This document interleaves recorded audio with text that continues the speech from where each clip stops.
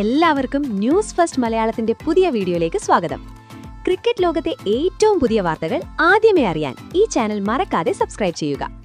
നവി മുംബൈയിലെ DY Patil stadium സാക്ഷ്യം വഹിച്ചത് വെറും ഒരു ക്രിക്കറ്റ് മത്സരത്തിനല്ല, മറിച്ച് ദക്ഷിണാഫ്രിക്ക എന്ന വമ്പൻ ടീമിനെ അക്ഷരാർത്ഥത്തിൽ വിറപ്പിച്ചു നിർത്തിയ ടീം ഇന്ത്യയുടെ രൗദ്രഭാവത്തിനാണ്. 2026 T20 ലോകകപ്പിന് തിരിതെളിയും മുൻപേ സന്നാഹ മത്സരത്തിൽ തന്നെ ഇന്ത്യ കാട്ടിക്കൂട്ടിയ ഈ പരാക്രമം കണ്ട് ലോകം മുഴുവൻ ഇപ്പോൾ ഭയത്തിന്റെ മുൾമുനയിലാണ്. ടോസ് നേടി നായകൻ സൂര്യകുമാർ യാദവ് ബാറ്റിംഗ് തിരഞ്ഞെടുത്ത നിമിഷം മുതൽ സ്റ്റേഡിയത്തിൽ റൺ മഴയുടെ ഒരു പ്രളയം തന്നെയായിരുന്നു.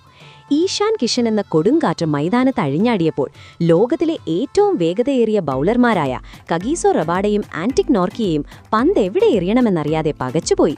വെറും 20 പന്തുകളിൽ നിന്ന് 53 റൺസ് എന്ന ഒരു വിനാശകാരിയായ ഇന്നിംഗ്സാണ് ഈശാൻ കാഴ്ചവെച്ചത്.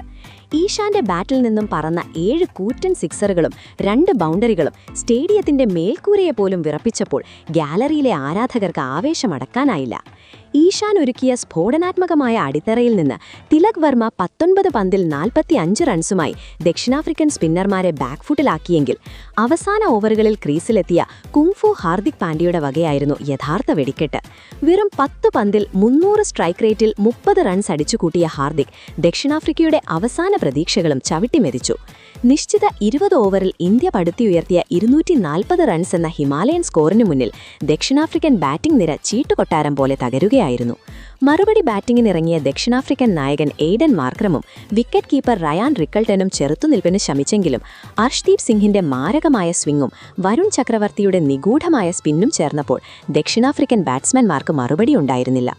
എന്നാൽ മത്സരത്തെക്കാളും ഏറെ ശ്രദ്ധേയമായത് കനത്ത തോൽവിക്ക് ശേഷം പ്രസ് കോൺഫറൻസ് ഹാളിലെത്തിയ ദക്ഷിണാഫ്രിക്കൻ നായകൻ എയ്ഡൻ മാർക്രം നടത്തിയ ഞെട്ടിപ്പിക്കുന്ന വെളിപ്പെടുത്തലുകളായിരുന്നു.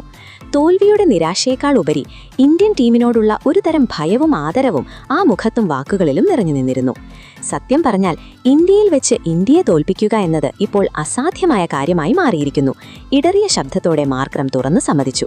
T20 ക്രിക്കറ്റ് എങ്ങനെ കളിക്കണം എന്നതിന്റെ പുതിയൊരു ബ്ലൂ പ്രിന്റാണ് ഇന്ത്യ ലോകത്തിന് കാണിച്ചു കൊടുക്കുന്നത്. 240 റൺസ് എന്ന വിജയലക്ഷ്യം ഏതൊരു ടീമിനും മാനസികമായി ഒരു മരണ വാറണ്ട് പോലെയാണ്.